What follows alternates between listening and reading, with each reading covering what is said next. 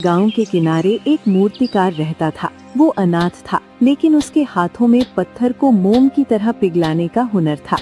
एक दिन विकराल सिंह अपने लठैत शेरा के साथ उसके घर आ धमका। क्यों रे माधव, सुना है तेरी बनाई मूर्तियां शहर के बाजारों में बहुत ऊंचे दाम पर बिकती हैं। माधव ने छेनी हथौड़ी रोकी और खड़ा हो गया। जी ठाकुर साहब, ये सब तो कला की कद्र करने वालों का बड़प्पन है। बातें बनाना भी खूब जानता है। सुन, मुझे तेरी ये जमीन चाहिए। यहाँ मैं अपना गोदाम बनाऊंगा। तुझे जो कीमत चाहिए ले ले और यहाँ से दफा हो जा। माफ कीजिएगा ठाकुर साहब, ये जमीन मेरे पूर्वजों की निशानी है। मेरे पिता ने यहीं अंतिम सांस ली थी। मैं इसे किसी भी कीमत पर नहीं बेच सकता। ये सुनते ही शेरा आगे बढ़ा। अबे ओ दो कौड़ी के कलाकार, तेरी मौत आई है क्या? ठाकुर साहब को मना करता है। माधव गरज कर बोला। ऐ शेरा, चला जा यहाँ से। तेरी इन गीदड़ भभकियों से कमजोर लोग डरते होंगे, हम नहीं डरते। अबे ओ, तू क्या खुद को बहुत बड़ा वीर समझता है? रुक जा तेरी तो।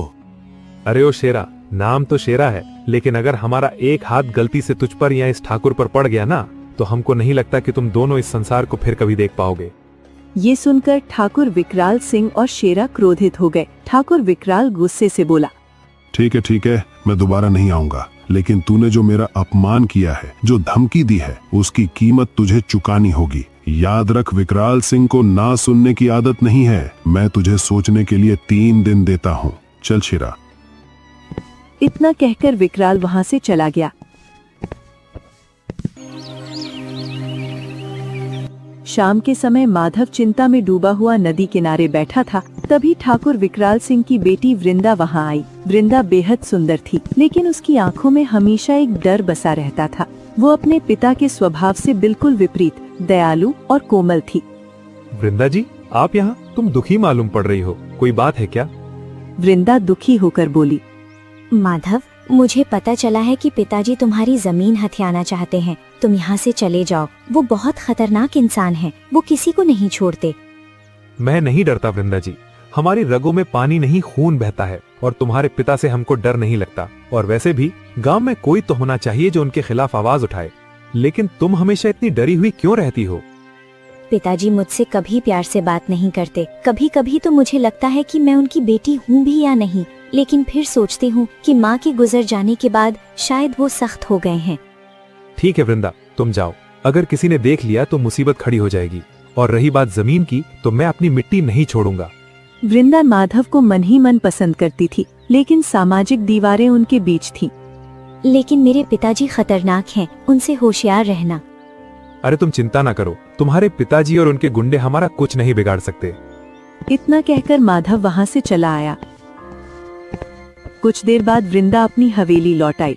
हवेली में ठाकुर गुस्से से शेरा के पास बैठा हुआ था। शेरा, बात बहुत बढ़ गई है। उस माधव ने मेरी इज्जत मिट्टी में मिला दी है। अगर इसे रोका नहीं गया तो ये आग पूरे गांव में फैल जाएगी और हमारा दबदबा खत्म हो जाएगा। बस यही कहना था ठाकुर साहब। कल ही निपटा देता हूँ। नदी किनारे ले जाऊंगा। वहाँ रात को कोई आता जाता नहीं। उसकी लाश को बहा देंगे, किसी को पता भी नहीं चलेगा। नहीं शेरा, इस काम को और चालाकी से करना होगा। माधव ताकतवर है और अकेला नहीं है। गांव वाले उसका साथ देंगे। सुन शेरा, माधव जंगल से मूर्तियां बनाने के लिए उच्च गुणवत्ता वाली लकड़ियां लाने जाता है, जो सिर्फ जंगल के गहराई में मिलती हैं, और जंगली जानवरों का खतरा भी रहता है। तो एक काम कर, अपने 2-3 आदमियों को उस पर नजर रखने को कह। जब वो जंगल जाए तभी उसको रास्ते से हटवा दे।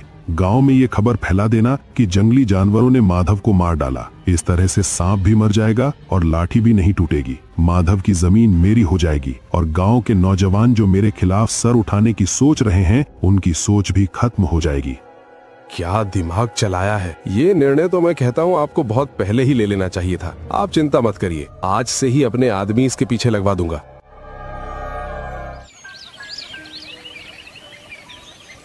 अगली सुबह की हवा में हल्की सर्दी थी। आज उसे जंगल की गहराई में जाकर मूर्तियों के लिए दुर्लभ लकड़ियां लानी थी।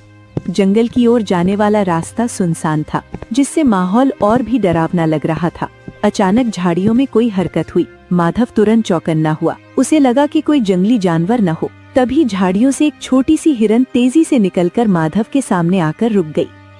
मत जाओ माधव, आज नहीं। आज जंगल की राह तुम्हारी मौत की राह है। ये कैसी आवाज? तुम बोलती कैसे हो? कौन हो तुम? मैं कौन हूँ ये समय आने पर जानोगे। मैं तुझ पर भरोसा कैसे करूं? हिरन कभी इंसानी भाषा नहीं बोलती। समय आने पर सब बता दूंगी। ठाकुर और शेरा ने तुम्हें मारने की योजना बनाई है। मैंने खुद उनकी बातचीत सुनी है। वो जंगली जानवरों के बहाने तुम्हें मरवाना चाहते हैं। इतना कहकर हिरन तेजी से झाड़ियों में गायब हो गई। कुछ देर तक माधव वहीं खड़ा रहा, फिर सोचते सोचते जंगल छोड़कर चला गया। शाम को ठाकुर की हवेली में कालिया और भीमा नाम के दो गुंडे सिर झुकाए खड़े थे। विकराल सिंह का गुस्सा 7वें आसमान पर था। बहाने मत बनाओ, माधव जंगल गया ही नहीं, ये कैसे हो सकता है? मेरी खबर कभी गलत नहीं होती। मालिक विश्वास कीजिए, हमने पूरे दिन इंतजार किया लेकिन माधव वहाँ आया ही नहीं। ठाकुर साहब, मैंने अपनी आंखों से देखा है माधव को जंगल जाते हुए। ये कैसे हो सकता है? अगर माधव वहाँ नहीं गया तो कहाँ जा सकता है? लेकिन सत्य यही है, हमने उसे ढूंढा मगर वो कहीं ही मिला। उल्टे कुछ जंगली जानवर जरूर आ गए। विकराल सिंह ये सुनकर कुछ पलों के लिए चुप हो गया, फिर उन दोनों को वहाँ से जाने का इशारा किया। मालिक, माधव का यूं गायब हो जाना इस बात का संकेत है कि उसे हमारे इरादों की भनक लग गई है। क्या बात कर रहा है? ये कैसे हो सकता है? कैसे? ये बात तो सिर्फ हमारे बीच हुई थी ना, और जब हमने योजना बनाई तब वृंदा भी हवेली में नहीं थी। अगर कोई माधव को खबर दे सकता है तो वो तो सिर्फ वृंदा ही हो सकती है, लेकिन वो तो उस वक्त यहाँ नहीं थी।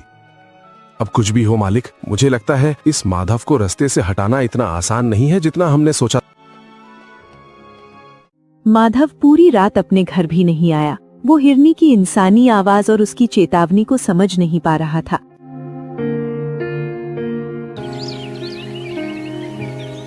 अगली सुबह घर लौटते समय वो अपनी सुरक्षा की परवाह किए बिना उसी जगह वापस गया जहां उसे वो हिरनी मिली थी। सामने आओ, मुझे पता है तुम यहीं कहीं हो। तुम कौन हो और ठाकुर विकराल के राज तुम्हें कैसे पता? झाड़ियों में हलचल हुई और वही हिरनी बाहर आई। उसकी आंखों में एक अजीब सी पीड़ा थी। तुम बहुत जिद्दी हो। अगर शेरा ने तुम्हें देख लिया होता तो अनर्थ हो जाता। मुझे अपनी जान की चिंता नहीं है, मुझे सच जानना है। एक जानवर मेरी मदद कैसे कर सकता है? और तुम कौन हो, ये पहेली सुलझाओगी या नहीं? माधव, मैं कौन हूँ ये जानने का अभी समय नहीं है। मैं कोई जानवर नहीं हूँ। अगर मैंने अभी तुम्हें सच बता दिया तो शायद तुम वो कर ही नहीं पाओगे जो तुम्हें करना है। बस इतना जान लो कि मेरा दुश्मन और तुम्हारा दुश्मन एक ही है। तो फिर उपाय क्या है? साफ साफ बताओ, मुझे क्या करना होगा? मेरे साथ आओ माधव। हिरनी माधव को रास्ता दिखाते हुए जंगल के उस हिस्से में ले गई जहां घना अंधेरा और सन्नाटा था। वहां एक पुराने वट वृक्ष के नीचे एक साधु धूनी जमाए बैठे थे। जैसे ही हिरनी आश्रम की सीमा में दाखिल हुई, साधु ने अपनी बंद आंखें खोल दी। हिरनी को देखते ही उनके चेहरे पर एक मुस्कान आ गई।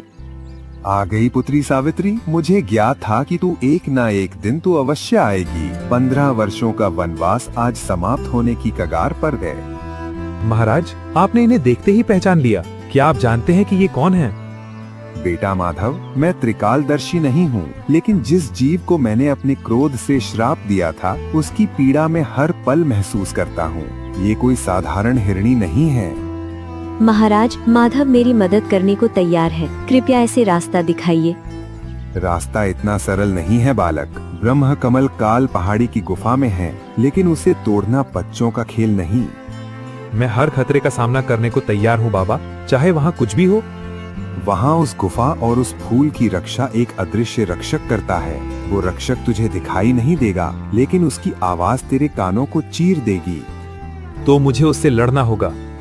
नहीं, शस्त्र से तू उसे हरा नहीं सकता। वो रक्षक तुझसे 3 सवाल पूछेगा। पहला सवाल प्रकृति का होगा, दूसरा सवाल बुद्धि का होगा और तीसरा सवाल तेरे चरित्र की परीक्षा होगी। और अगर मैं जवाब ना दे पाया तो तू वहीं पत्थर की मूर्ति बन जाएगा और ये सावित्री हमेशा के लिए जानवर बनकर रह जाएगी। मैं तैयार हूँ महाराज। एक कलाकार पत्थर को भगवान बना सकता है, तो क्या खुद पत्थर बनने से डरेगा? मैं जाऊंगा और तीनों सवालों के सही जवाब देकर ही लौटूंगा। विजयी भव, जा। सूर्योदय से पहले लौटना होगा। साधु का आशीर्वाद लेकर माधव और हिरनी काल पहाड़ी की ओर निकल पड़े। माधव के दिमाग में अब बस वो 3 सवाल घूम रहे थे जिनका सामना उसे करना था। माधव और हिरनी काल पहाड़ी की चोटी पर पहुंचे। सामने एक विशाल काली गुफा थी। माधव ने जैसे ही गुफा की ओर कदम बढ़ाया, तभी गुफा के पत्थरों से टकराती हुई एक भारी और गूंजती हुई आवाज आई।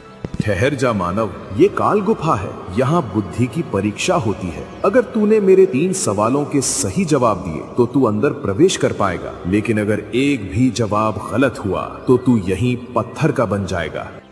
मैं